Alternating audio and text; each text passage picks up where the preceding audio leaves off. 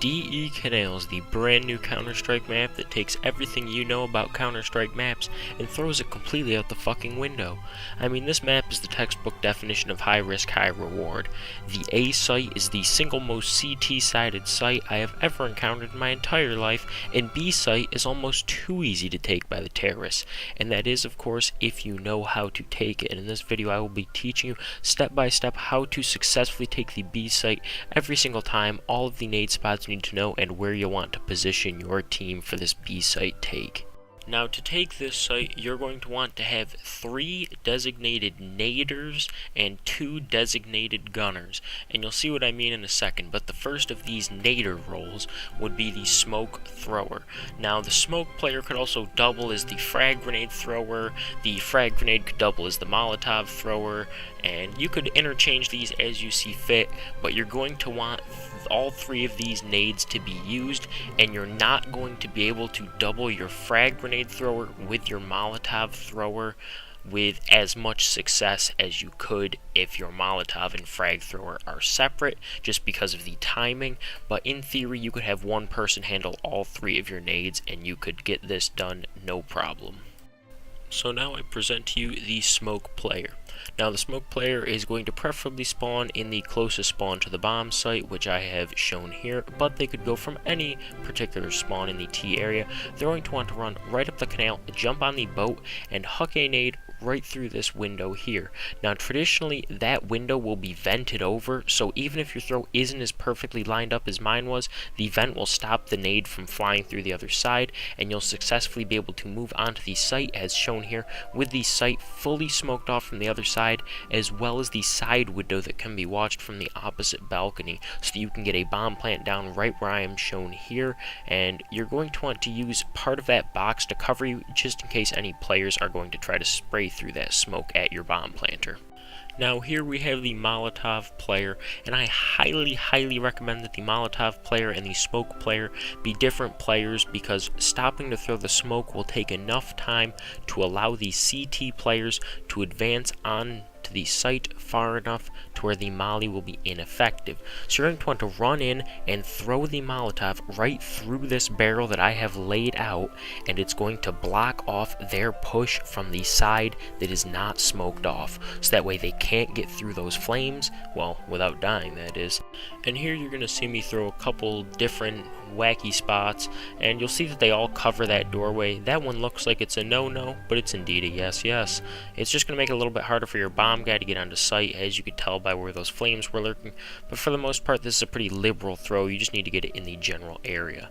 Next up is the frag grenade thrower for your team.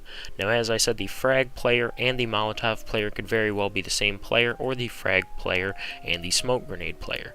Now, the frag grenade player is going to move right on along onto site, just as the other players did, and instead of going by the right side of the barrel, they're going to cut to the left and huck a grenade through the smoke that should already be popped to damage anyone on the other side, and I'm going to show you why. Hypothetically, if there's a smoke grenade down, you're going to want to huck a frag grenade through there to tag up any players who are going to try to spray through that smoke at your teammate. You're going to want the grenade to hit right about where I show there, and if you're one of these players, you're going to be spraying through here trying to hit the bomb planter when you hear the beep beep of the bomb being planted. But that grenade is either going to kill or severely maim that player and give your bomb planter the guaranteed plant that'll allow you to successfully take this site in as little time as possible. Now, I am moving to where your first gunner is going to set up. This is known as position 1. Preferably, position 1 will be held by a player with an AK who can get easy one-taps on players running through the doors, or someone with some type of shotgun or fast-firing SMG, for example the MAC-10, which I'm conveniently holding. But one of the players that is not the bomb planter, that is not going to be playing position 2 or 3, which I am about to show you, is going to want to cover this area as soon as those Molotov flames go down.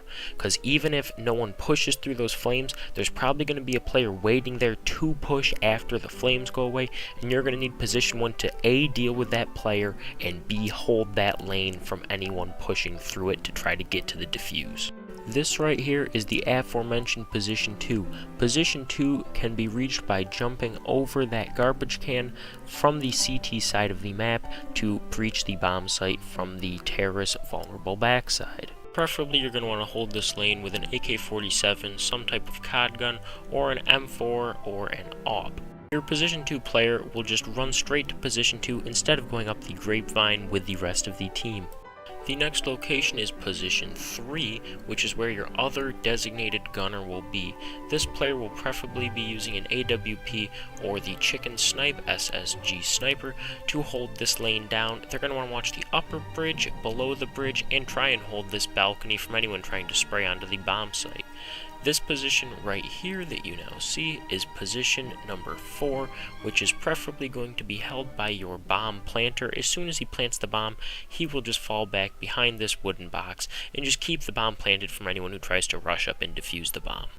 This then leaves one free straggler player for your team who can go basically anywhere. I suggest he either stay back with the AWP or move up to help hold the site with the bomb planter, but he can hide right here in this window once the bomb is down if he's able to get there safely.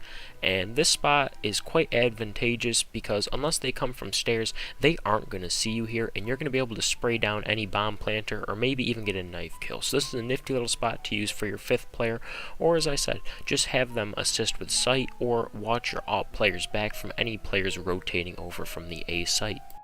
I hope all of you watching found this video helpful and that you'll be able to successfully implement this strategy into your taking of the B-bomb site on the de.Canals map.